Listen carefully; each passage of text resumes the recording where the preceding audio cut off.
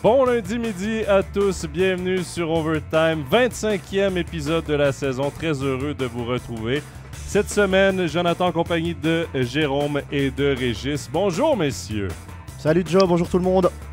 Salut Jonathan, salut remis de vos émotions, je sais que Régis était du côté d'Ambry, j'étais d'ailleurs avec toi jeudi.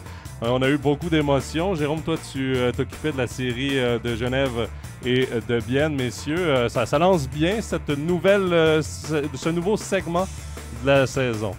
Ah, moi, je trouve qu'on a eu une super mise en bouche avec ces play-in. Mine de rien, ce format qui a été un peu critiqué, écorné par quelques confrères, il n'était pas si mal sur 2 matchs. On a eu notre lot d'émotions, je crois. Nous tous qui avons eu la chance d'aller voir des rencontres. C'est vrai qu'on a souvent dit que le premier match allait pas compter, que toutes les équipes allaient se concentrer sur le deuxième. Allez dire ça à Ambry sur le premier match.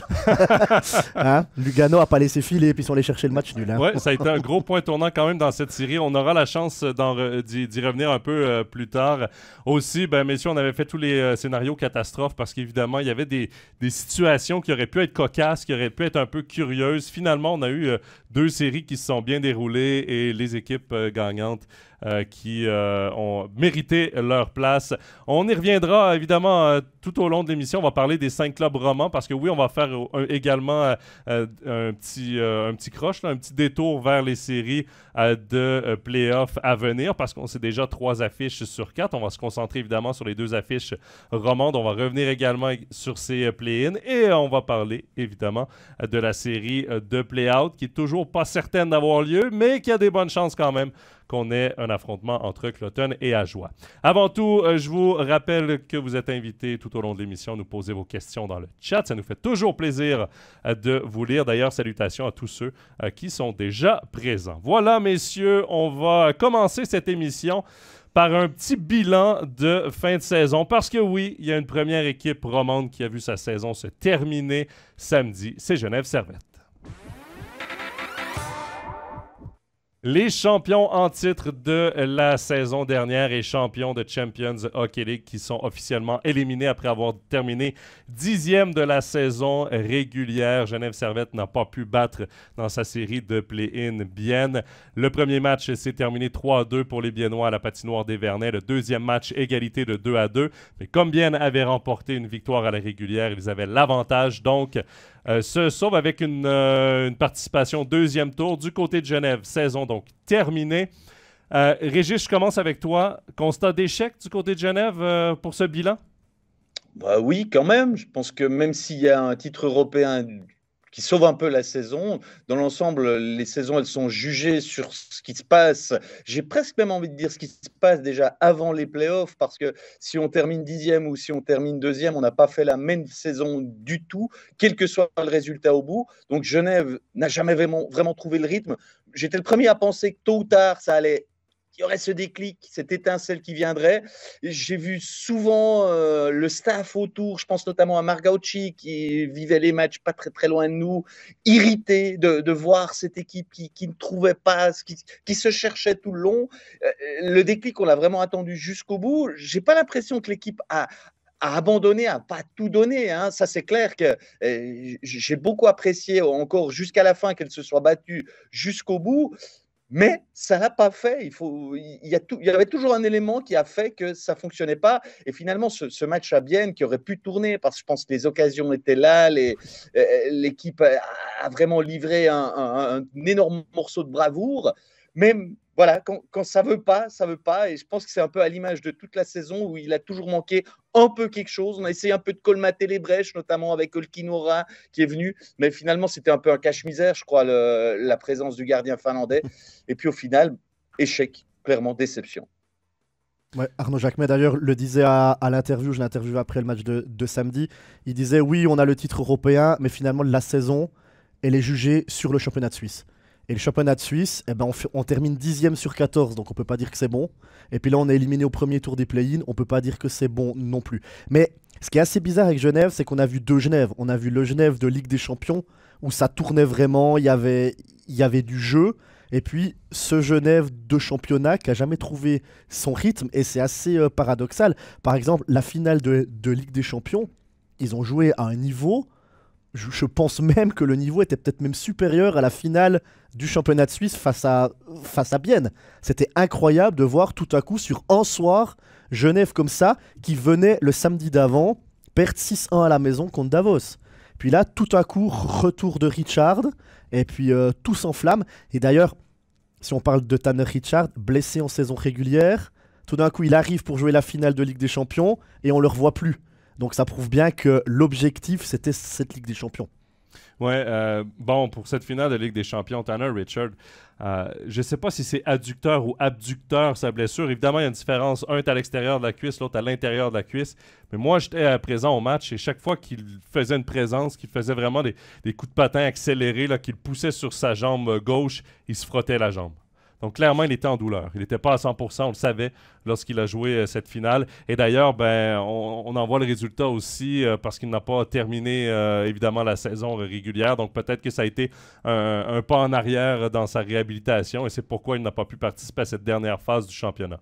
Pour Genève, c'est sûr et certain que d'enchaîner, c'est hyper compliqué pour les équipes. Zug a été grandiose de le faire 2 années de suite, mais en temps normal, de terminer une saison si tard, d'avoir si peu de récupération avant une nouvelle saison, et là, en plus de jouer sur 2 tableaux, en National League et en Champions Hockey League, c'est 13 matchs de plus que les autres. Bon, évidemment, Bienne avait joué aussi en Champions Hockey League, donc c'était pas nécessairement 13 matchs de plus que Bienne, mais par contre, dans la dernière phase du championnat, les matchs se sont enchaînés. Il y a aussi la grosse montagne d'émotions de passer de champion de Champions League à « on revient tout de suite, on doit se reconcentrer sur le championnat de saison régulière, c'est ce qui compte au final, c'est pourquoi les joueurs sont payés. » Je pense que ça a été vraiment des montagnes russes d'émotions. Est-ce que Genève Servette a réussi à remplacer son plus gros départ, Henrik Tomernes?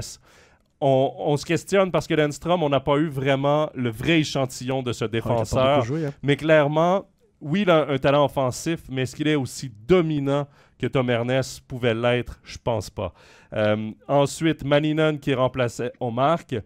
Maninen, ça lui a pris un temps d'adaptation dans ce championnat parce que oui, il termine top scorer de l'équipe, il termine quand même comme étant un joueur qui a été très intéressant à voir jouer, une belle progression tout au long de la saison. Mais lorsqu'on l'a vraiment vu prendre le rythme du championnat, de vraiment prendre ses marques dans notre ligue, il y avait déjà beaucoup de blessés à Genève. On sentait déjà de la fatigue, des blessures. Et déjà, Genève, on avait de la difficulté à voir un peu leur vrai visage. Donc, j'ai l'impression que les arrivées pour remplacer 2 morceaux comme Tom Ernest et Omark n'ont jamais vraiment pu prendre leur marque au bon moment dans cette équipe. Je ne sais pas, Régis, tu as un peu le même avis.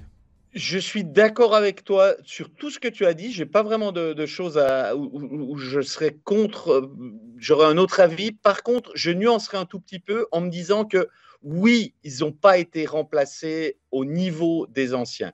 Mais ça n'explique pas que l'équipe, elle termine à ce point-là bas au classement, qu'elle galère pour terminer à la 10e place, qu'elle a quasiment pas été au-dessus du top 6. Et je pense qu'il y a d'autres facteurs qui sont rentrés en ligne de compte. Moi, après l'élimination, je me suis quand même demandé si il n'y avait pas eu cette volonté, parce que je crois qu'on connaît tous Yann Cadieux, c'est un gars qui en veut, c'est un gars qui avait trouvé une recette et cette équipe, elle a gagné le titre un peu à son image, avec beaucoup de travail, avec dès le départ un objectif clair et en 2023, elle est allée jusqu'au bout.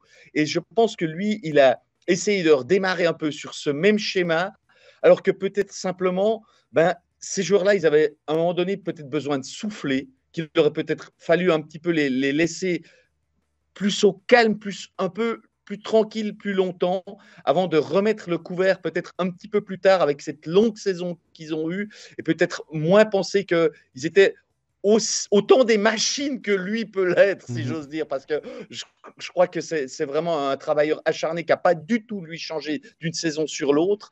Et je pense que cette équipe, elle avait besoin de récupérer moralement, d'un petit peu sortir des affaires de hockey peut-être un peu plus longtemps. Et je pense qu'elle a tout simplement dans la tête pas réussi à faire un break qui aurait été bon avant de relancer une machine pour une longue saison de 8-9 mois. Bon, je me tourne vers le chat. Il y a Fabien qui nous demande est-ce qu'on peut aussi pointer du doigt la gestion des gardiens du côté de Genève Servette, parce que c'est vrai que ça a été un sujet récurrent pour nous, que ce soit dans Overtime, que ce soit en studio. Olki Nuora signe, OK, on amène un gardien étranger dominant, Par contre, la suite pour Gauthier Desclous, On l'a ça a plus dû vu. être hyper difficile mentalement. Et il a été bon, Desclous, parce que dans les 2 matchs qu'il a fait contre Bienne, il a été très, très bon, alors que ça faisait tout près de 3 mois qu'il n'avait pas eu de départ. Robert Mayer a été préféré à Desclous comme 2e à Olkinuora, alors que ses prestations étaient très moyennes, si c'est pas mauvaise dans certains matchs. Jérôme, c'est vrai que c'est quand même un facteur qui a été peut-être, je ne sais pas si ça a été autant dans le vestiaire que nous, les médias, ce qu'on a pu en ressortir, une distraction, mais clairement, on croisait parfois Gauthier Desclous. Il n'avait pas le non-verbal d'un gars très, très heureux en saison régulière et pendant la Champions Hockey League. J'imagine que ça, c'est une gestion qui a été peut-être aussi, moi je trouve la question très bonne, ça peut être un élément aussi qui explique ces difficultés. Mais on sait qu'un ménage à 3 avec les gardiens, c'est toujours compliqué. D'ailleurs, à Lausanne, il a failli avoir un ménage à 3 et Pounenov, c'est parti. Donc c'est bien la preuve que quand tu es 3, il y en a toujours un des 3 qui se sent peut-être mal. Mais c'est vrai que pour Desclous, il joue son dernier match au mois de décembre. On ne le voit plus, on ne sait pas s'il est blessé, s'il est surnuméraire. Il n'y a pas vraiment une communication. Puis tout à coup, il apparaît pour ce dernier match de saison régulière là, face à Bienne. On ne communique pas dans un premier temps sur Olkinuora. On saura qu'Olkinuora est finalement blessé parce qu'on pose la question à Cadieux de pourquoi pour le premier match de play-in mettre Desclous dans la cage. Et puis là, il nous dit Olkinuora est encore touché, il a encore besoin de repos. Desclous qui fait 2 bons matchs lundi et jeudi. Puis comme tu l'as dit, Robert Mayer qui joue ce match retour. Alors, est-ce que c'était peut-être pour jouer dans les têtes de Bienne? Parce qu'on sait que la finale l'année passée, c'est clairement Robert Mayer qui l'a gagné face aux Biennois. Alors, est-ce que Cadieux s'est dit, je vais mettre le doute dans la tête des attaquants zélandais en leur mettant un gardien qui a remporté le titre l'année d'avant? Je sais pas. Mais c'est vrai que la gestion des gardiens a été compliquée. Hein. Mais quand même, tout est parti des prestations de Robert Mayer, quand même décevantes de Robert Mayer. Hein, je veux dire, là, il n'y a pas de doute. Oui. Il a moins de 90%, 86, 87, 88% qu'il a traîné depuis le départ. Je veux dire, c'est quand même ça qui a fait que le club devait quand même réagir à un moment donné. Il y a eu en plus des soucis de blessures. Desclous n'a pas été non plus en santé durant toute la saison. Moi, je pense que l'arrivée d'Olkinuora, elle avait du sens. Moi, à aucun moment, je me suis dit qu'on pouvait remettre en cause l'arrivée d'un gardien étranger. Alors, je pense que ça a caché certains mots, puis grâce à lui, l'équipe a pu gagner des matchs qu'elle n'aurait pas gagné à une période qui était compliquée, mais elle n'aurait pas fait le titre européen non plus. Ça, j'en suis absolument persuadé. Donc, il faut quand même déjà dire qu'il a amené un titre, quelque chose d'unique en Suisse pour le club, tout ce qu'on veut. Donc, quoi qu'il en soit, ce n'est pas un échec qu'ils aient pris Olkinuora. Mais après, la gestion, elle était forcément compliquée. Et puis, sur cette fin de saison, c'est vrai que nous, on n'y comprenait plus grand-chose. Quand on voyait Olkinuora qui était à l'autre, c'est surnuméraire, tout d'un coup, retour de Gauthier Desclous, alors que c'était censé être le numéro 3, qui n'était plus là depuis le mois de décembre. Enfin, nous, je pense qu'il y a des éléments qu'on n'avait pas. On est d'accord, on ne sait pas tout. Voilà, donc il y a probablement des choses qu'on ne savait pas, mais on n'y a plus compris grand-chose. Et au final, ça n'a pas aidé l'équipe. Ouais, au final, c'est des blessures à Robert Mayer à l'entraînement et une légère blessure à Olkinuora qui auront permis à Gauthier Desclous de revoir la cage.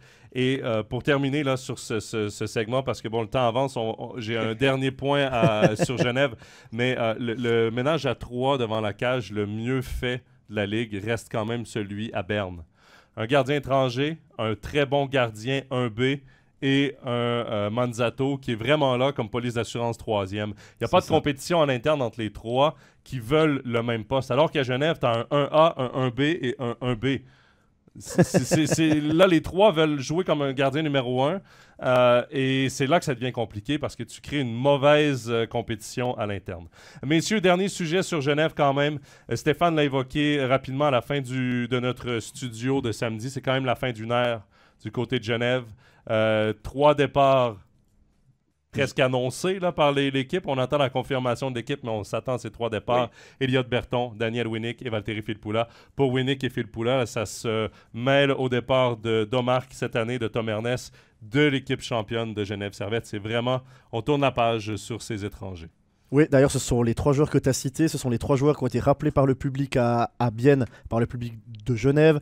Elliot Berton qui avait les larmes aux yeux, on peut le comprendre. Il y avait aussi pas mal d'émotions sur le visage de Phil Poula et de Winnick. Ben, c'est vrai que c'est la fin d'une ère. Winnick, je ne sais pas combien de saisons ça fait qu'il est là, mais il est à l'image de Genève. Alors, de ce qu'on a pu entendre, il aimerait encore rester en Suisse.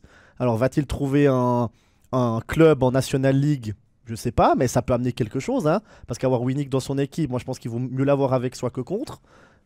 Phil Poula, ben, apparemment, on s'achemine plutôt, de ce que j'ai lu, vers un retour en Finlande. Arrêt de carrière, ou alors peut-être une année ou 2 encore en Finlande. Elliot Berton, ben, ça semble compliqué pour lui de retrouver un club en National League quand même, donc ça serait plutôt le retrait, mais c'est vrai que on le sait, les clubs, ils arrivent à un pic et puis ensuite il faudra reconstruire. On va parler de Bienne après. Bienne, il faudra aussi reconstruire l'année prochaine avec pas mal de départs. Moi, je pense que du côté de Genève, il ne faudra pas s'attendre à chaque année avoir le titre. Forcément, ils ont eu le titre l'année passée. On a vu cette année qu'avec quasiment la même équipe, on finit 10e du championnat. Ça reste ces finales, ces titres, des moments d'exception. À moins qu'à Genève, tout à coup, il faudra voir qui vient comme étranger. Parce qu'on sait qu'ils ont les moyens. Donc tout à coup, tu arrives à choper des gaillards d'un même niveau que Winnick, que Phil Poula, des gens d'un top mondial. Et puis tu peux remettre de l'engouement et puis ça repart, quoi. Oui, ça reste à voir, mais il y a aussi, parce qu'on le voyait, Winnick et Phil Poula avaient ralenti sur la patinoire, mais c'est aussi l'impact dans le vestiaire, la grande expérience de ces 2 joueurs-là, 2 joueurs, surtout Winnick là, qui a fait une longue carrière à Genève, qui était fier de porter ses couleurs, ce maillot. Phil Poula aussi qui avait choisi Genève au lieu de retourner en Finlande, qui a quand même fait partie de ces 2 titres genevois. Donc quand même une ère qui se termine. Messieurs, l'élimination de Genève coïncide évidemment avec la qualification pour le 2e tour des play-ins du HCBN. On va en parler à l'instant. Voilà donc le HCBN qui a signé une victoire et un match nul contre Genève Servette. C'était assez pour une qualification. 2e tour de play-in. Ils vont affronter Ambri Piotta, perdant du duel face à Lugano. Donc, série entre la 8e et la 9e place du classement de la saison régulière. Régis, est-ce que selon toi, Bienne a fait assez, a montré assez dans cette fin de saison et dans cette première série de play-in pour partir peut-être favori, je vais le mettre entre guillemets, ou du moins pour partir confiant face à Ambri Piotta?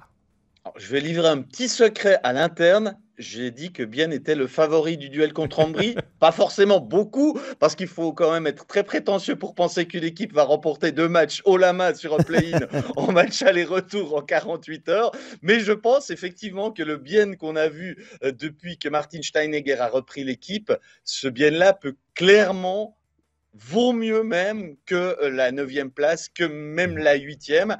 Je vois un play-in serré par rapport à ce qui a été montré, mais je vois une équipe qui est prête à mettre son cœur, à livrer un morceau de bravoure jusqu'au bout. Vraiment, le Bienne qu'on a vu depuis 2 semaines, c'est une équipe qui est dangereuse, c'est une équipe que beaucoup d'équipes redouteront si elles doivent l'affronter en play-off.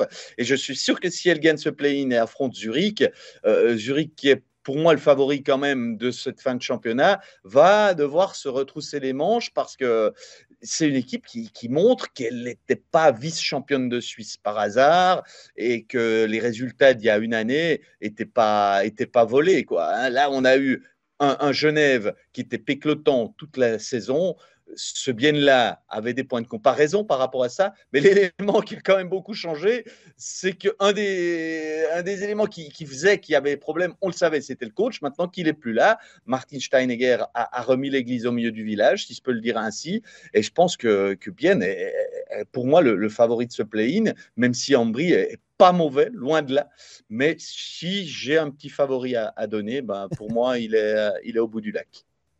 Oui, mais ça va être très serré. Parce qu'Ambri, soyons honnêtes, le tournant de leur série face à Lugano, c'est vraiment la 3e période de l'acte 1, lorsqu'ils perdent leur avance. Au début, c'était 4-0, mais en commençant la 3e période, c'était 4-1. Et ensuite, on a senti une équipe qui avait plus confiance, qui avait plus le pied sur l'accélérateur du tout. Par contre, dans l'acte 2, ça a été vraiment un match en crescendo pour Ambri Piotta qui a montré vraiment du caractère, qui voulait revenir dans cette rencontre-là. Ils ne feront pas de cadeau au HC Bienne. Et là où le HC Bienne devra travailler encore plus fort, c'est que le dernier match sera dans une Gotardo Arena qui devrait être assez bruyante. Ah, ça devrait être brillant, ouais, en effet. Après, je parle au conditionnel pour pas parler moi, je me futur, là, mais ce sera bruyant. Moi, je me demande si ça va pas quand même être compliqué pour Ambry. On verra ce soir, mais tu joues 2 matchs avec énormément d'émotions contre Lugano. Finalement, tu es éliminé samedi soir et tu commences déjà ce soir à Bienne. Donc, tu dois te remettre de la... Je veux pas dire de l'élimination puisqu'ils sont pas éliminés, mais de la défaite de 2 matchs sur Lugano. Tu dois te reconcentrer sur le nouvel adversaire. Tu dois faire un voyage depuis le Tessin jusqu'à Bienne. Ou le match de ce soir, bon, même si celui de mercredi compte un peu plus, évidemment, mais tu peux pas être complètement à côté de la plaque ce soir. Donc pour Ambry, ça va être assez compliqué de se reconcentrer. Et puis pour Bienne aussi, parce que là, je peux vous dire que les Biennois étaient vraiment très très heureux d'avoir battu Genève sur un aller-retour. C'était des immenses sourires, ils se sont congratulés évidemment. Le public était debout, il y a eu beaucoup de bruit. Et pour Bienne, il faudra aussi se remettre dedans maintenant. Et peut-être que le piège à Bienne, c'est de se dire « Oh, on a éliminé Genève, Ambry, ça va être facile. » Et c'est justement pas du tout le cas. Il ne faudra pas que Bienne tombe dans ce piège-là. Mais c'est vrai qu'en discutant avec des gens, tout le monde presque dit « Ouais, ben ils ont éliminé Genève, ils vont éliminer Ambry. » Ça paraît logique. Mais attention à cet Ambry-là, parce qu'ils ont de sacrés étrangers, ils ont un bon gardien. Ils auront du public ce soir à Bienne parce qu'on sait qu'Ambry, il n'y a pas que les gens du Tessin qui sont fans d'Ambry, il y a aussi beaucoup de monde dans le Jura et dans le Jura bernois qui sont pour Ambry. Donc à mon avis ce soir, ils seront au match du côté tessinois. Et dans 2 jours, comme tu l'as dit, à la Gotardo Arena, là il y a le Tessin du Nord qui va être là et qui va faire énormément de bruit. Bon, ce qui a causé le plus de difficultés à Ambry dans sa série, dans le 2e match contre Lugano, Régis, c'est surtout la pression qu'exerçait Lugano, l'échec avant le forecheck en zone d'Ambry. C'est vraiment là où le premier trio a été vraiment muselé. Ils étaient incapables de générer de l'attaque. Est-ce que Bienne a les ressources pour réussir à faire exactement la même chose que Lugano? Parce que on l'a vu, ça marche. Ouais. Je suis pas sûr que les Biennois jouent de la même manière quand même. J'ai envie de dire que Lugano a fait un peu du Ambry en encore plus fort, hein, parce qu'on connaît Ambry, ils sont plutôt réputés pour poser des soucis avec ça. Donc je pense qu'ils les ont pris un peu à leur propre piège. Maintenant, il y a une équipe quand même d'Ambry qui a montré des ressources après s'être fait remonter du 4-0 à 4-4. Elle remet le couvert 2 jours plus tard au Tessin. Elle vient encore plus fort. J'ai eu l'impression que Ambry a su encore un peu monter son niveau sur 60 minutes par rapport à ce qu'elle avait montré au match aller. Donc, c'est une équipe qui a de la ressource mentale. Donc, je ne me fais pas trop de soucis pour que ce soir, elle entame le match. J'ai envie de dire les idées claires, de savoir que tout est remis à zéro, que la page est tournée. Moi, j'ai eu l'impression aussi dans les déclarations d'après-match que bon, c'était assez vite. On était déjà passé un petit peu à la page suivante. Il y avait des fêtes, il fallait repartir au combat. Mais ça, je ne me fais pas trop de soucis. Par contre, peut-être qu'en termes d'énergie, puisque ce sera mercredi le 4e match en 6 jours et 2 heures, en quelque sorte, hein, depuis jeudi soir, ça fait quand même beaucoup. Et là, peut-être que les énergies pourraient manquer parce que si je compare un petit peu les 2 équipes, on en a parlé entre nous tout à l'heure, les contingents sont quand même pas tout à fait les mêmes. Ambry compte beaucoup sur sa légion étrangère, tire beaucoup sur quelques joueurs clés, notamment les défenseurs étrangers. Alors qu'à Bienne, on a quand même plus de profondeur. Et je me dis, avec ces 4 matchs en moins d'une semaine, peut-être que là, n'en déplaise aux supporters d'Ambry, à l'ambiance qu'ils mettront à la Gotardo Arena, je pense que Bienne a vraiment des cartes en main pour finalement passer l'épaule un petit peu à l'usure, si j'ose dire. Le match-up sera peut-être aussi très intéressant. Ouais. Parce qu'on sait que on va dire les 4 lignes de Bienne sont à peu près équilibrées, on va dire ça comme ça. Comme tu l'as dit, Régis, à Ambry, il y a un plus gros décalage entre la première ligne et la 4e. Ça va aussi être intéressant ce soir de voir Steinegger, comment il va manager ses lignes par rapport à celles d'Ambry, et surtout mercredi, comment Chereda va manager ses lignes par rapport à celles de Bienne. Est-ce qu'il va simplement faire 1-2-3-4, 1-2-3-4, ou est-ce que tout à coup il va faire 1-2-3-1 et puis repartir, faire beaucoup plus jouer Spacek par exemple, ou Dauphin, à savoir contre qui à Bienne? Est-ce que tu mets la ligne de Spacek contre celle de Rayala, où tu le dis qu'avec Rayala, c'est quand même une ligne très offensive, donc on peut peut-être leur mettre la pression? Est-ce que tu la mets plutôt face à celle de Kunti et Brunner, qui sont pas les attaquants défensifs les attaquants les plus défensifs du championnat? Donc je pense que là, le fait de jouer à la maison et la tactique va aussi entrer en ligne de compte, plus peut-être qu'on le croit. Il y a une chose pour terminer avec le HC Bienne aussi et cette série de play-in face à Ambri Piotta, c'est que devant la cage de Bienne, ce n'est pas Mikko Koskinen, évidemment, c'est Ari Sateri. Koskinen, il a été très bon dans le deuxième match, très moyen dans le premier match, avait été très moyen dans les 2 matchs avant aussi. Très bon dans les 5. On ne sait jamais ce qui arrive avec Koskinen. Autant il peut être un très bon gardien, autant il peut avoir des difficultés à arrêter un ballon de plage. Donc, alors que Sateri, on sait très bien qu'il n'aura pas de difficulté à être dominant, à être un facteur positif pour Bienne. Ce qui veut dire qu'Ambri Piotta devra mettre beaucoup de pucks à la cage, déranger, mettre des écrans devant Sateri pour qu'il ne voit pas le tir, le point le point d'où est pris le tir, qu'il ne voit pas la provenance exacte, qu'on dévie des pucks. Il faut déranger Sateri du côté d'Ambri Piotta. Là, ils ne pourront pas se reposer sur le fait que Koskinen parfois est chancelant sur des tirs anodins.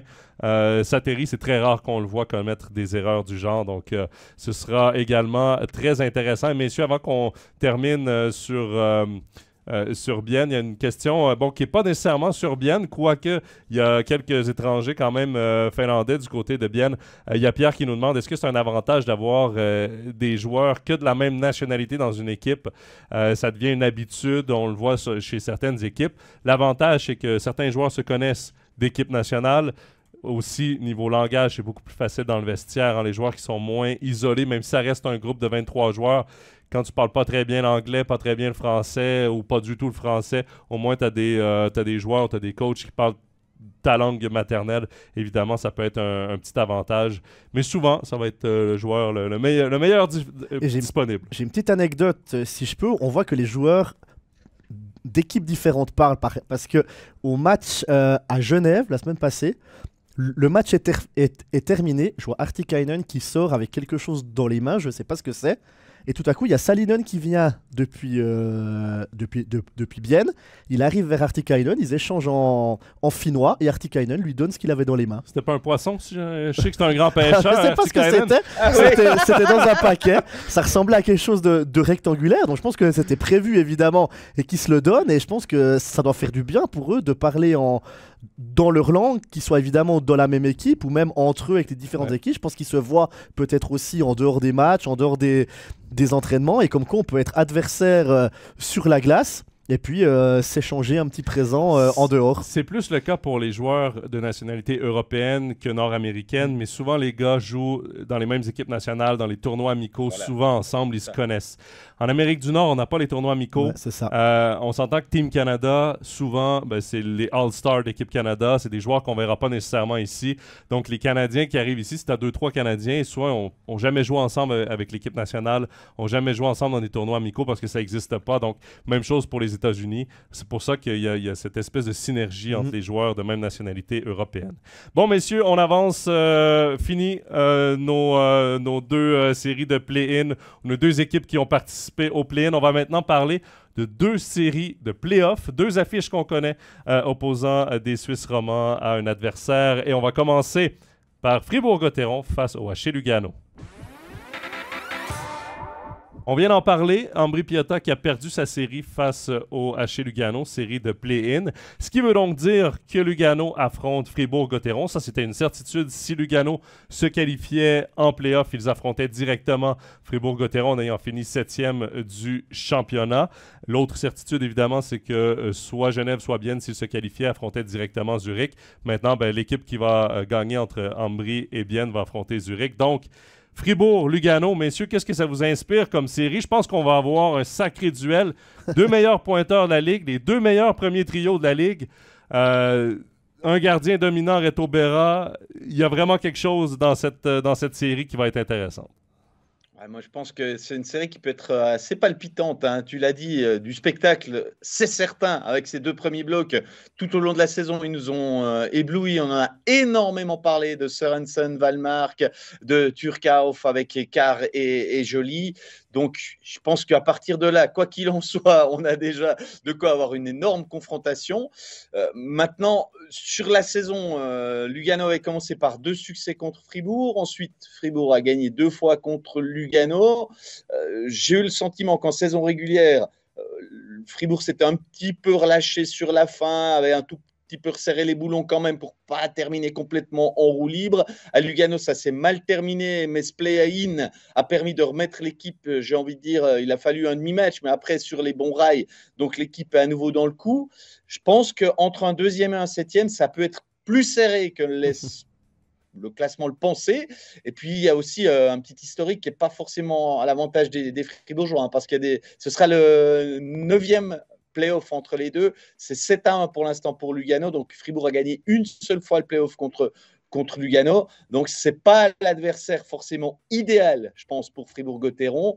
Mais quand même, en termes d'effectifs, je me dis que Fribourg a quand même 4 lignes que Lugano ne peut pas proposer. Parce que autant je peux être dithyrambique sur le premier bloc de Lugano, quand on descend dans les lignes, quand on met encore dans la balance quelques blessures de joueurs qui sont importants dans l'équipe luganaise, je me dis que les Fribourgeois, quand je regarde la 4e ligne qui est emmenée par Walzer, c'est quand même un peu plus homogène, et je pense que si la série va tirer en longueur un peu, comme ça a fait l'année passée entre Genève et Lugano, puisqu'il y avait eu 4-2 pour Genève. Genève a eu des difficultés en début de série, mais sur la longueur, je vois les Fribourgeois un peu en avance. Mais après, il y a le paramètre que personne ne maîtrise, et vous ne me direz pas le contraire, c'est Dr Jekyll et Mr Hyde concentrés sur le numéro 19 de Lugano qui va défendre la cage.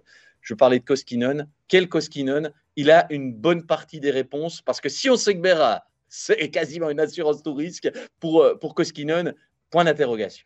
Ouais, et d'ailleurs, on a eu la question justement dans le chat, est-ce que Koskinen va faire le même blocage que la saison dernière face à Fribourg? Il faut rappeler que les 2 équipes s'étaient affrontées en c'était quoi là? En pré-playoff. Pré-playoff, voilà.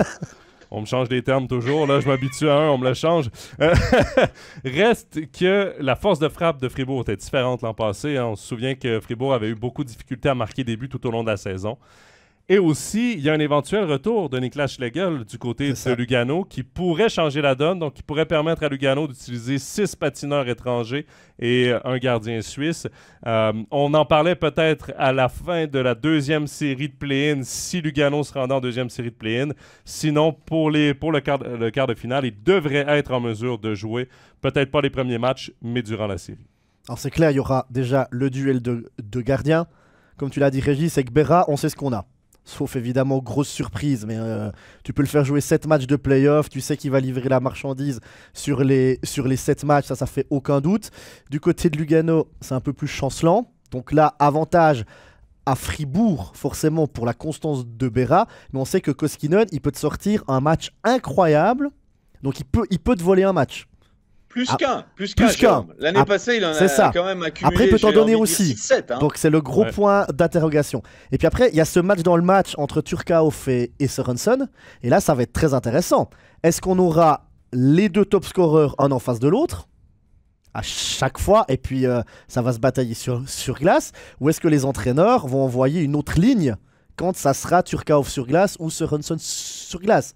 Est-ce qu'on va les faire jouer un contre l'autre? Est-ce qu'on va inventer une check-in line par rapport à Turcauf et à Sørensen? C'est le débat qu'on a eu en préparant l'émission. Mais ça veut dire que si tu mets tout le temps une check-in line face à Sørensen ou une check-in line face à Turcauf, tu as une check-in line qui va jouer presque 20 minutes. Donc est-ce que tu as aussi des joueurs qui sont capables de défendre pendant 20 minutes sur un match et d'accepter d'être dans son camp de défense et d'accepter d'être dominé? Donc ça c'est aussi un paramètre à prendre en compte. Et puis l'autre paramètre, moi je pense qu'il faut aussi prendre en compte, c'est la pression mise sur Fribourg. Parce qu'on n'arrête pas, les médias, de répéter à Fribourg, c'est pratiquement cette année ou jamais, la fenêtre elle est ouverte, il faut y aller maintenant. Alors pour Genève, on avait dit ça l'année passée, ils y sont allés, ils ont fait le titre. Est-ce que Fribourg a le moral, a le mental pour aller dans la fenêtre qui est ouverte et aller chercher le titre. Oui, il y a quand même une pression en moins parce qu'il y a 2 ans, Fribourg avait quand même passé une ronde. Mine de rien, psychologiquement, Fribourg a quand même réussi à passer une ronde. Ça faisait un petit moment que ça n'était pas arrivé. Je veux quand même revenir sur les confrontations directes. Moi, je ne sais pas, Régis, si tu partages un peu la même chose, mais moi, je suis d'avis que les deux premières lignes jouent le plus de temps par match. C'est quoi, une vingtaine de minutes par match, sûrement de temps de glace autour. Et mentalement, moi, j'ai l'impression que c'est un boost pour les 2 joueurs de s'affronter, pour les 2 lignes de « Hey, c'est toi la meilleure ligne. » Non, c'est les 2 entraîneurs. Non, mais mine de rien, les 2 entraîneurs, il faut que tu boostes la confiance des joueurs. Moi, je verrais bien un match-up, une ligne contre l'autre. Mais en saison régulière, c'est 2 victoires pour Lugano lors des 2 premiers matchs contre Fribourg. 2 victoires de Fribourg lors des 2 derniers contre Lugano. Donc, les 2 équipes ont splitté, ont vraiment séparé les honneurs des 4 affrontements en saison régulière. C'est signe qu'on aura vraiment droit à du grand spectacle et à une série serrée, mine de rien. Ouais, moi, je vois pas pourquoi cette série, elle se jouerait en 4 ou 5. J'ai encore de la peine à l'imaginer. Je pense qu'il y a vraiment 2 formations qui sont sur une pente ascendante, peut-être plus que d'autres, mais là, on a un Lugano qui est plutôt bien construit. Je pense qu'il valait largement sa 7e place, qu'il est peut-être même un peu meilleur que cette 16e place. Il y a un Fribourg qui a, dans l'ensemble, on peut dire que tout lui a réussi cette saison. La fin, on va mettre un tout petit peu de côté parce que quand l'équipe savait qu'elle était dans les 2 premiers, elle a un peu lâché. Il y a eu quelques revers plus inattendus, mais elle a fait tellement une saison aboutie, à moins que tout ce qui fonctionnait se mette tout à coup un petit peu à dysfonctionner ou à fonctionner moins bien. Je veux dire, elle part avec le plein de confiance, avec beaucoup de certitude, avec peu d'inconnus. Je crois que là, ni vous ni moi ne pouvons dire « mais l'inconnu à Fribourg, c'est cet élément-là ». On l'a du côté de Lugano, on ne l'a pas du côté de Fribourg. Donc, à moins que l'équipe, en quelque sorte, s'effondre un peu ou s'effrite un peu, je veux dire, je ne vois pas pourquoi l'équipe ne tiendrait pas la route sur ces playoffs, ou en tout cas sur les quarts de finale. On parlera de la suite un peu plus tard. Mais en plus, elle assume maintenant, le club assume de vouloir aller au bout, de vouloir gagner ce titre après lequel elle court depuis toujours. Moi, je vois pas mal de positifs du côté fribourgeois et pour l'instant, on part sur de très bonnes bases. Pour finir avec Fribourg, je prends le commentaire de Fabrice qui dit « Qu'en est-il de la profondeur des 2 équipes? » Bon, Fribourg qui a beaucoup de profondeur l'ont prouvé. Profondeur dans l'effectif qui joue. Par contre, très peu de profondeur s'il y a des blessés. Et d'ailleurs, c'est ce qu'il mentionne, le signe de ne pas avoir pris un gardien étranger à Fribourg pour ces playoffs. Est-ce que c'est un signe que les Fribourgeois ne pensent pas aller au bout? Je ne penserais pas. Honnêtement, je pense que c'est une équipe qui est confiante, surtout avec le meilleur gardien de la Ligue. Reto Berra est année après année l'un des gardiens les plus dominants, si ce n'est pas le plus dominant. Mais c'est vrai que ça envoie un mauvais message quand même de ce côté-là. C'est pourquoi vous n'avez pas pris une police d'assurance. Semble-t-il que c'est question monétaire. Mais on va souhaiter à Fribourg-Gotteron que tout le monde reste en santé parce que c'est vrai que s'il commence à y avoir des blessures, on sait qu'André Bikov d'ailleurs est blessé, ça enlève de la profondeur de la profondeur de banc, de la profondeur pour les joueurs, pour remplacer les joueurs blessés. Et une dernière chose sur Fribourg, bonne nouvelle pour Fribourg aussi, c'est que déjà ils connaissent leurs adversaires de quart de finale parce que ça aurait très bien pu être juste mercredi soir que les Dragons connaissent leur adversaire alors que là, ils vont pouvoir déjà se préparer à Lugano et surtout, Lugano va avoir une longue pause aussi donc le fameux avantage pour l'équipe qui sort des play-in face à une équipe qui est en pause depuis une semaine et demie, ça n'existera pas dans cette série-là donc c'est deux choses qui peuvent être à l'avantage de Fribourg-Gotteron. Messieurs, il y a une autre série de playoffs qui inclut un club roman, c'est le Lausanne Hockey Club. Là aussi, on devrait avoir une sacrée belle série puisque Lausanne et Davos, ça a été très serré tout au long de la saison. Tous les matchs se sont terminés avec un écart d'un seul but. 2 fois, on a dû aller au-delà des 60 minutes pour départager les 2 équipes. 2 équipes qui sont capables de beaucoup d'attaques, surtout Davos en fin de saison. Là, tout ce que les joueurs touchaient, ça se transformait en or, en particulier un certain Valentin Nussbaumer. 3e contre 6e. On a attendu jusqu'à la toute dernière journée de la saison régulière pour confirmer ce match-up entre ces 2 équipes. Qu'est-ce que tu penses de cette série, Jérôme? Moi, je pense que ça va être très serré. Honnêtement, je pense que pour Lausanne, c'est pas un cadeau d'avoir hérité de Davos. Déjà, pour le jeu proposé par les Davosiens, parce que c'est une équipe qui peut jouer physique, c'est une équipe qui peut jouer rapide, c'est une équipe qui peut jouer en contre aussi, parce qu'ils ont des joueurs qui savent défendre et des joueurs rapides. Donc, Davos peut utiliser ce changement de tactique. Comme tu l'as dit, il y a 3-1 pour Lausanne dans les confrontations directes, mais il n'y a eu que des victoires avec un but d'écart, même une fois en prolongation, même une fois au penalty. Et j'ai commenté avec Stéphane un match entre Lausanne et Davos, et on a vu que là, le match-up était très important. La ligne de Stransky, on ne l'a pas vue. Stransky a passé quasiment tout le match dans son camp de défense sans réussir à aller vraiment dans la zone offensive et à poser son jeu avec ses compagnons de ligne. Donc là, je pense plus même qu'entre Fribourg et Lugano, le match-up pour voir qui va jouer face à la ligne de Stransky va être super importante. Maintenant, pour Davos, il faudra aussi voir au niveau des gardiens parce que Eschliman, on sait qu'il a vraiment fait une excellente fin de saison régulière, mais il a aussi été un peu touché. Donc à voir dans quelle forme il arrive au play-off. Du côté de Lausanne, on pourra compter sur 2 bons gardiens avec Connor Hughes et Pache. Alors c'est pas la saison régulière pour Pache, on avait dit il aura de la pression. Je crois qu'il a montré qu'il n'en avait pas. Est-ce qu'en play-off ça va peut-être un peu changer? Je ne pense pas. Il va livrer la marchandise. Mais comme Régis a dit qu'il ne voyait pas que Fribourg-Lugano se finissait en 4 ou en 5, moi je ne vois pas la série Lausanne-Davos se terminer en 5 non plus, honnêtement. Et puis il faudra gérer les déplacements. Oui. Parce qu'entre le canton de Vaud et les Grisons, c'est très long. Il faudra aussi prendre ça en compte. Quelle équipe va mieux gérer les déplacements et le temps de repos? Les déplacements, le temps de repos. Et Régis, dans l'avant-dernier ou dans un des derniers studios de la saison régulière, si ce n'est pas le dernier, Stéphane avait sorti une statistique assez intéressante sur le deuxième bloc de Lausanne qui était en feu. Celui avec Ria, Fuchs et je crois que c'était Salomaki qui jouait. C'était Salomaki lors du dernier match. Okay. Ils performent à la maison. C'est 80% de leurs points, je crois, si ce n'est pas 90% de leurs points qui ont été inscrits à la maison, très peu à l'étranger. Ça, il va falloir que ça change aussi pour ce deuxième bloc-là si Lausanne veut connaître du succès à long terme dans ses playoffs. Alors, c'est vrai que c'est une statistique qui a de quoi un petit peu étonner. Parce que moi, je suis plutôt du genre à relativiser cet effet domicile-extérieur. Je crois moyennement à l'avantage de la glace avant un 7e match. J'ai envie de dire ça comme ça. Parce qu'il y a pas mal de précédents qui ont montré que finalement, une fois gagné à l'extérieur, et puis l'avantage, c'est le dernier changement. C'est le match-up. Oui. C'est pas Ward qui match son deuxième trio avec le trio qu'il veut. Alors, on peut le voir comme ça, mais moi, je pense que ça va se jouer un peu sur d'autres choses que là-dessus.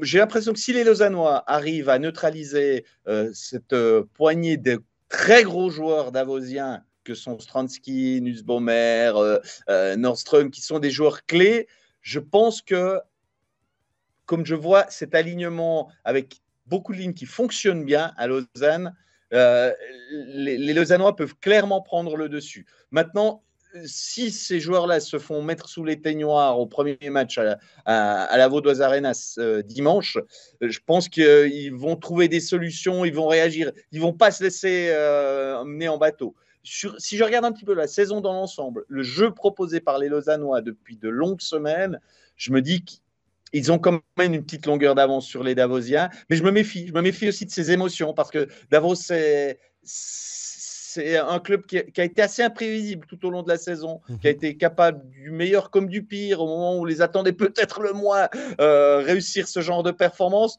Donc, il y a une part d'inconnu dans cette équipe grisonne qui a pas un mauvais effectif, mais parfois qui a aussi sombré. Donc, je ne sais pas trop à quel Davos vraiment on va avoir affaire. Mais ce dont je suis sûr, c'est qu'à Lausanne, il y a pas mal de certitudes. Il y a notamment celle du box-play qui a été le meilleur sur l'ensemble de la saison au final, alors qu'il était réputé pour être pas terrible toutes les dernières saisons. En 2024, 18 matchs, 3 buts encaissés, 94% de punitions tuées. Donc là aussi, il y a plein d'acquis sur ces box-play. Par contre, power-play, c'est le 13e de National League. Il y a toujours un souci avec ça. Il y a des choses sur lesquelles les Lausannois peuvent construire. Je les vois plutôt positives que négatives, les tendances actuelles. Mais je me méfie de Davos quand même. Ouais, c'est vrai. Là, ils ont eu une semaine et demie pour. Ils vont avoir eu une semaine et demie pour travailler Powerplay. C'est vraiment quelque chose qui doit être corrigé avant les playoffs du côté de Lausanne. Évidemment, on parle de Zurich comme l'un des grands favoris depuis le début de la saison. Du côté de Fribourg, on dit que la fenêtre est ouverte. Ils doivent viser les grands honneurs. Est-ce qu'on peut dire ça de Lausanne aussi? Parce que mine de rien, c'est une saison très convaincante. Ils finissent devant Zug, que plusieurs plaçaient dans le top 2 du championnat. Ils finissent avec vraiment une saison convaincante parce qu'il y a de la profondeur sur les 3 blocs. Les 3 blocs, soir après soir, s'il y en avait un qui ne marchait pas, les 2 autres marchaient. S'il y en avait un qui marchait fort, les 2 autres avaient des rôles, des responsabilités différentes. On était vraiment capable d'aller chercher à certains moments le meilleur de chacun. Est-ce que tu vois, Jérôme, Lausanne comme l'une des équipes favorites au titre en commençant ces playoffs? Je ne les mettrais pas favorites au titre, mais par contre, ça peut être l'outsider, ouais. Ça peut être l'outsider. Tout d'un coup, tu arrives en demi-finale. Pourquoi pas la finale pour Lausanne? Tu as la mayonnaise qui prend, T'as les étrangers qui tout à coup tournent, t'as Théo Rochette qui continue sur sa lancée, Ria Fuchs aussi. Si tout à coup le box-play continue de fonctionner, puis tout à coup t'as le power-play qui fonctionne aussi, et puis qui se met à vraiment marcher et ils enfilent des buts, Lausanne peut vraiment être très dangereux. Et puis c'est surtout la défense de Lausanne qui est très expérimentée, c'est quasiment que des internationaux, donc il y a aussi pas mal d'expérience de ce niveau-là. C'est des défenseurs qui peuvent jouer physique, hein. Si tu les cherches, tu vas les trouver. Ils n'ont pas peur de donner des coups de poing, ils n'ont pas peur d'aller dans les bandes, ils n'ont pas peur de se coucher devant les pucks. C'est une équipe qui peut aussi jouer assez rapide. Donc pourquoi pas favorite au titre, non. Parmi les favorites. Outsider, ouais. Est-ce que, Régis, l'inexpérience en play-off devant la cage peut être un facteur pour Lausanne? Négatif ou positif? Oui, je pense que c'est un élément qui va rentrer en ligne de compte quand même à un moment donné ou à un autre. Alors, je partage l'aspect outsider, justement, notamment pour cette inexpérience devant le filet, même si je ne doute pas des talents de Conorius et de Pache, quand ils seront soumis à l'épreuve du feu tous les 2 jours avec les meilleures offensives. Parce que, admettons, je prends un cas très théorique, mais en admettant que Zurich se qualifie pour les demi-finales, que Fribourg passe le cap Lugano, on aurait, pourquoi pas, un Lausanne-Fribourg, Fribourg-Lausanne, pour être un peu plus précis. À partir de là, déjà, nous, on serait contents parce que ce serait très sexy comme affiche. Et puis, il y aurait un roman en finale. Ouais. Et il y aurait un roman en finale, donc on serait doublement contents. Mais, ouais, on s'imagine cette situation. Franchement, ça nous ferait saliver un peu comme on avait salivé pour cette finale l'année passée entre Genève et Bienne. On en aurait 2 autres. Je fais un peu de la fiction, là, vous me direz. Mais on a le droit sérieusement d'y penser. Mais je pense quand même que de là à faire des Lausannois les favoris, je veux dire, si on prend l'exemple des derniers champions, qui ont été Zouk, qui ont été Genève, on avait un peu plus de bouteilles, si je peux me permettre, et cette bouteille, je la sens encore pas assez bien remplie à Lausanne pour en faire un favori, un vrai contradicteur pour celui qui est le favori, à savoir Zurich. Ouais. Non, ça va être très intéressant, messieurs, ce parcours de play-off du Lausanne Hockey Club. Après, rappelons-le, l'an passé, avoir raté les pré-playoffs de peu. Messieurs, il nous reste un sujet, le temps file, une dizaine de minutes à l'émission. On va parler du HC Ajoie. Le HC Ajoie qui est en préparation d'une éventuelle série de play-out, évidemment avec les résultats qu'on voit en Swiss League. La Chaux-de-Fonds a éliminé Viège 4-0. Vraiment la Chaux-de-Fonds dominant dans cette série. Mais Holton est revenu face aux Getseka Lions. Les Getseka qui menaient 2-1. Les 2 derniers matchs sont allés du côté d'Holton. Donc, on pourrait avoir une finale de Swiss League comme celle qu'on a vécue l'an passé entre La Chaux-de-Fonds et Holton. Ce qui voudrait donc dire que si Holton se qualifie pour la finale, on aura une série de play-out. Jérôme, est-ce que tu penses que c'est difficile en ce moment pour les 2 équipes, que ce soit Cloton ou Ajoie, de se préparer pour une série qui pourrait ne pas avoir lieu en regardant des résultats de Swiss League, en espérant, côté financier, les dirigeants espèrent que oui, côté sportif, les joueurs espèrent que non. Est-ce que tu penses que tout ce melting pot est un peu compliqué à gérer pour les 2 équipes? Non, moi je pense que les joueurs n'imaginent pas ne pas la jouer. tu dois avoir comme focus que samedi, tu rentres sur glace à Cloton et que tu as ce premier acte des play-out. Parce qu'on le rappelle, hein, si vendredi soir, grâce au père se qualifie, enfin Getseka se qualifie, il n'y aura pas de play-out. Mais tu peux pas partir là-dessus. Tu peux pas te dire, ouais, peut-être il y aura match, peut-être il n'y a pas match. Non, tu dois préparer comme s'il y a match. Tu dois te dire que samedi soir, tu rentres sur la glace dans la banlieue zurichoise et que tu devras tout donner pour ta survie dans une série qui sera, je pense, très serrée. Là non plus, je ne la vois pas aller en 4 ou en 5. Confrontation directe cette saison, 2 partout. Chaque équipe a gagné une fois à la maison, une fois à l'extérieur. Et chaque équipe a gagné une fois dans le temps réglementaire et une fois en prolongation. Donc au niveau de serré, je crois qu'on peut pas faire mieux, hein, Régis. Ouais, non, mais ça va être serré, c'est sûr. Mais après, ce genre de série, c'est des matchs la peur. Hein. Le problème, c'est ça.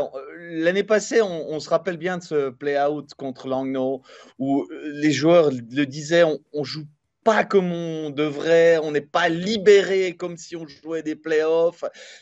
Alors peut-être que justement, du côté d'Ajoie, il y a cette expérience d'année passée. Il y a probablement des joueurs qui vont pouvoir retirer quelque chose de ça dans l'approche des matchs et peut-être dans la gestion aussi des rencontres. Maintenant, c'est vrai que sur cette saison, on pourrait se dire que Cloton a fini nettement devant Ajoie, qu'il y aura une domination. Je pense qu'il y a d'autres chiffres qui nous font penser que ce sera beaucoup plus serré que ça. J'ose espérer, mais je ne suis pas certain que les joueurs pensaient bel et bien être sur la glace samedi, parce que mine de rien, quand Getse mène 2-1 dans la série, ça parlait beaucoup de ça. Et puis je pense que les joueurs ne sont pas insensibles au fait que se dire, peut-être qu'on ne la jouera pas. Même là, maintenant, Holton mène 2-1, est en train de complètement retourner la situation. Il fait guère de doute qu'Holton sera en finale contre la Chaux-de-Fonds. Enfin, j'ai l'impression que la tendance s'est inversée, que maintenant ils ont pris le momentum dans la série. Donc clairement, je pense que ce matin, quand ils ont repris les entraînements après un week-end de pause, le focus, il était vraiment, on va jouer samedi, on va se préparer comme pour un play-off pour le match de samedi. Donc ça, je pense que c'est bon. Maintenant, ils sont partis dans l'optique qu'il va falloir aller à la bagarre, et il va falloir crocher. Mais maintenant, ça va se jouer sur peu de choses, je pense. Peut-être des faits de match, peut-être sur des mauvais coups aussi, parce qu'il y en aura des blessures. On a vu l'année passée toute l'importance que ça a eu du côté d'Ajoie, où les étrangers tombaient au combat l'un après l'autre. Voilà, c'est plutôt sur ce genre de facteurs que ça va rentrer en ligne de compte. Et puis au final, moi, je vois aussi une série qui va aller en 6, voire en 7 matchs, quoi. Le piège dans ces play-outs, c'est que en play-off, tu rentres sur glace pour gagner. En play-out, tu rentres sur glace pour ne pas perdre. Ouais. Et c'est ça, des fois, la différence. Et là, je pense qu'à Joie, il faut qu'ils entrent sur glace pour gagner. Il faut qu'ils aillent sauver leur peau. Il ne faut pas qu'ils entrent sur glace pour ne pas perdre. Il faut qu'ils aillent pour gagner. Il faut qu'ils essayent de prendre ce puck, de faire le jeu, de mettre la pression sur Cloton. Parce que, mine de rien, c'est quand même Cloton qui a la pression dans ce play-out. Si Cloton se sauve, tout le monde va dire que c'est normal. Si Ajoie se sauve directement, tout le monde va dire « Oh, c'est la surprise ». Je pense que vous partagez mon avis. Donc, il faut qu'Ajoie joue là-dessus. Il faut qu'Ajoie entre sur glace et puis aille de l'avant et rentre positivement dans ces rencontres. C'est ce que Jonas nous dit. Cloton est en roue libre. C'est la chance pour Ajoie de passer. Cloton est moins fort que Langnau la saison dernière. Messieurs, si on regarde les 10 derniers matchs des deux équipes, ils ont exactement la même fiche. Ouais. C'est 2 victoires, 6 défaites en temps réglementaire et 2 défaites en overtime ou en shootout. Mais moi, c'est dans la manière que ces défaites-là sont arrivées ou que ces victoires-là sont arrivées que ça me dit que Ajoie est plus en confiance et plus en contrôle de sa destinée que Cloton. Il y avait tellement d'erreurs individuelles. On a beaucoup vanté, évidemment, l'année passée, le jeune David Rambarrer. Sur la plupart des buts que je voyais dans les émissions de highlights, on les décrivait tout ça. Il était mal positionné, prenait des mauvaises décisions, faisait des erreurs qu'on ne voyait pas l'an passé.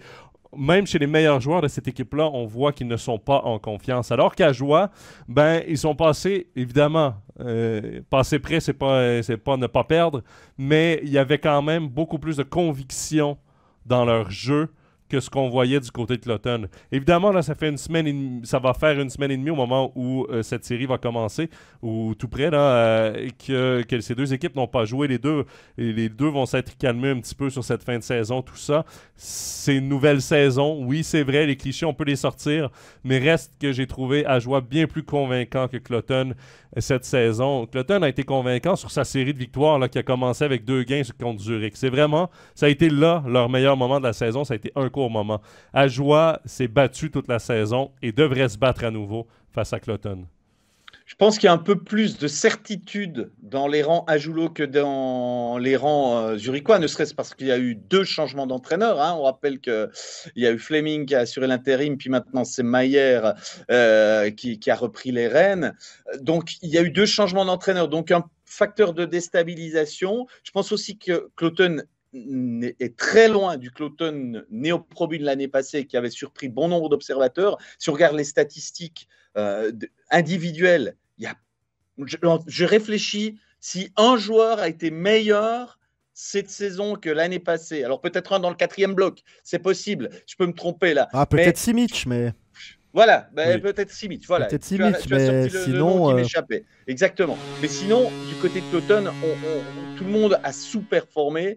Je ne crois pas qu'on va entrer dans un play-out et il y a beaucoup de joueurs qui vont pouvoir mettre le bouton on et dire on va retrouver le Altonen de la saison passée, pour citer un flop des nombreux flops de Cloton cette saison. Donc à ce niveau-là, c'est clair que je pense que vraiment Ajoie a de bonnes chances. Moi, la seule chose qui m'inquiète du côté d'Ajoie, c'est que cette équipe, elle a manqué de constance. Et il va falloir quand même pendant 2 semaines être capable d'en gagner 4, donc avoir une certaine constance, avoir 1 ou 2 droits à l'erreur, mais il va falloir faire preuve de constance. Et est-ce que cette équipe est capable d'en gagner 4 en l'espace de 6 ou 7 matchs?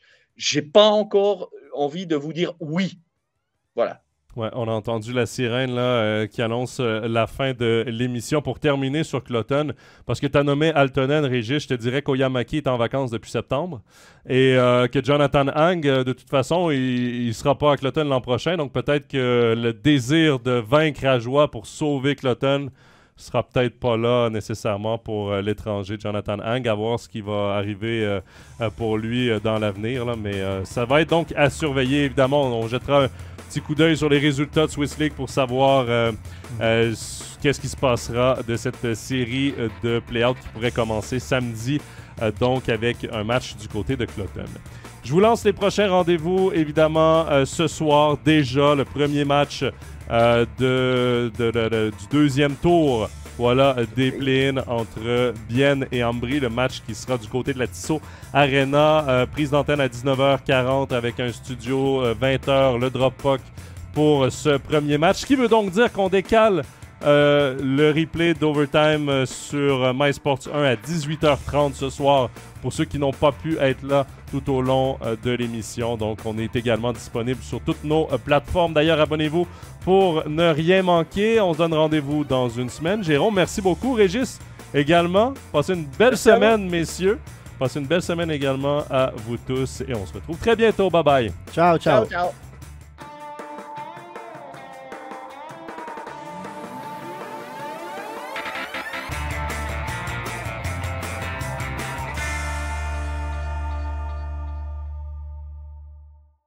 Tous les matchs de la National League, les ligues internationales et les meilleurs documentaires sur toutes les plateformes.